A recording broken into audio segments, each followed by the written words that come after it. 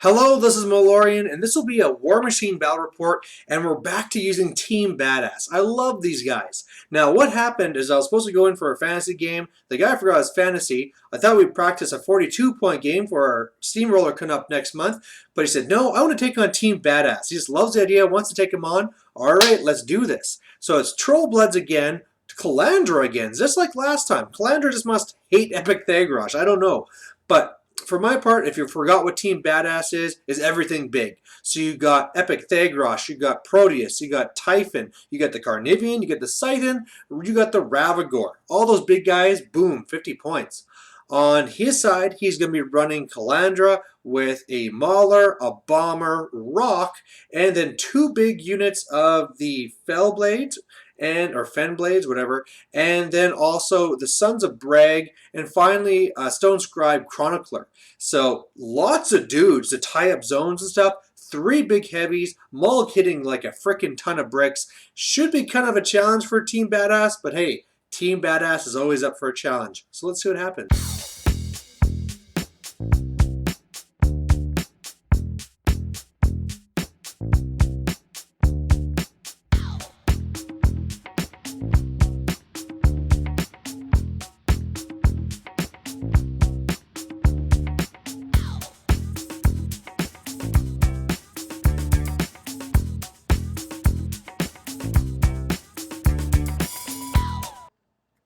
All right, so first of all, just a close-up of his army. You can see you have the Fenblades here, the Mauler, Calandra's there, the Brag. This is everything that's going to be on the left side. So, of course, with just the one heavy, I see this as the weak side, but really it isn't that weak whatsoever.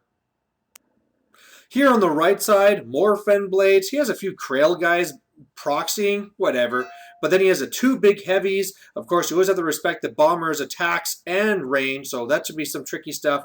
But of course, with Mulg over here, this will be something to be scared of.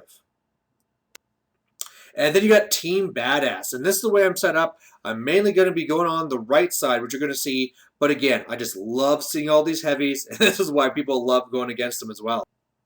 So the mission here is number 9 for the Steamroller, and the way it works is that you have to get first one to 5. There's a flag on the left. If you dominate it, you get 1 point. Then there's a zone. If you control, you get 1 point. Dominate, you get 2. And there you go. So he decided to go first. He deployed as we went over. I'm going to go and try and mainly focus on the right side just to make sure to keep on contesting the zone. And then if possible, hey, I'll go over and try and get a fast dominate or something. But really, I don't see this one coming down to scenario win. It's probably going to be a caster kill. So he gets first turn, and he actually runs up Calandra. No spells or anything. He just wants to get into place. And, yeah, I mean, it's just things running up to me. My turn 2, or turn 1 rather, and I'm just trying to be more careful. So the Ravagore goes up and left, does its animus, shoots the clumped up guys there, only kills 1. Everybody else is toughing and stuff. But 3 guys are on fire, so that's going to do well. And then otherwise, I put up the Dragon Blood on the Ravagore, because after the Vengeance move, he'll probably be able to charge him. I got Spiky Growth then put on wherever you see the Skull Dice, and I'm really making sure to stay outside of the charge range of the Fenblades, so I can then go in and charge next turn and do, lots of killy stuff.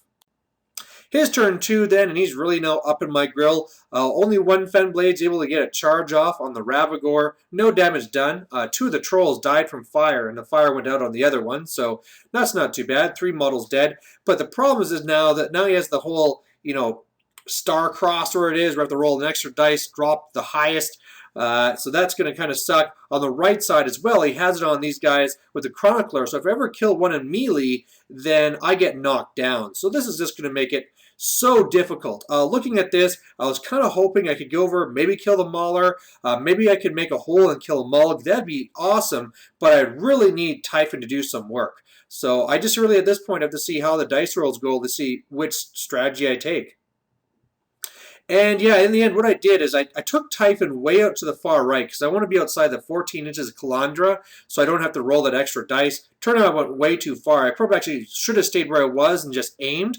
But after everything was all done, I killed like 2 guys. It was horrible. So that kind of sucked. Then I went in and I shot with the Proteus to kill 1 because that's not a melee attack. On the left side, I moved over with the Ravagore and killed 3 of them, so that was pretty nice. I charged over with Thagrosh. He killed 1, popped his feet, and it was at this point I realized, damn it, now I'm not going to be in range for the Typhon on the far right. I also am putting up the Manifest Destiny, so it's kind of canceling out the Starcross because you're rolling 4 dice, drop the highest and the lowest. After that, the Carnivore goes in. Well, first of all, Epic Thagros then really put down the beatdown on the Mauler. Then the Carnivian charged in, finished it off. I went over with the Scythian, attacked one of the Sons of Brag, hit it first, did crappy damage, but I thought, hey, that's awesome. If I hit it again, I'll get to do a chain attack and hit all these guys Simo and then be knocked down. Oh, I missed. So I had to buy attacks to try and kill the guy finally. Then the feet thing went through, finished both the guys on the left side. So now the left side's completely clear. And then with the Proteus and the Scythian, killed 2 more guys, and then they're knocked down. So really, I did a lot better on the left side than I thought. The right side's a freaking mess, and I know I'm going to be taking a licking here. So on his turn here, now he's going to be able to score, and he does, and pretty much he's at first coming at me with his attacks normally with the Vengeance, does some damage. Unfortunately makes a little bit of mistake so that the one Son of Brag couldn't charge in there, but it didn't really matter. He did enough damage so that once Mulk charged in, he was able to finish off both the Proteus and the Scythian, so that really hurt. Typhon's really hurting as well with the damage that's been done to him. Because, I mean, I couldn't do any spiky growth or anything this turn. And then the left side, like what he probably should have done is just moved over to the right zone to dominate rather than score. But instead, he moved over here so he could move up my Carnivian and then attack it with the Bomber. Now, he came close to killing me, not quite. But the main thing here is that he got a little bit too close to Epic Thagros. And so really all it comes down to is the Ravagore aiming and doing one shot to do a ton of damage. And then I just fly right over that building with the charge, land there, and after he passes 2 freaking toughs, I managed to kill her. So there you go, win for Team Badass. I think actually Team Badass is undefeated so far. Now I've jinxed it, but yeah, definitely, to be serious, I don't deserve a win for this game.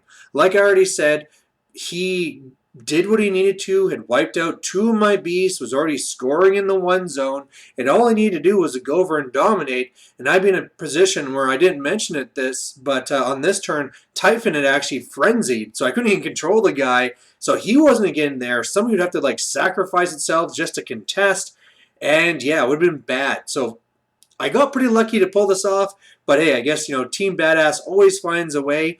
Ways that I could have played this different is I think when I really kind of dedicated in to try and kill these guys on the right side, I should have been more defensive.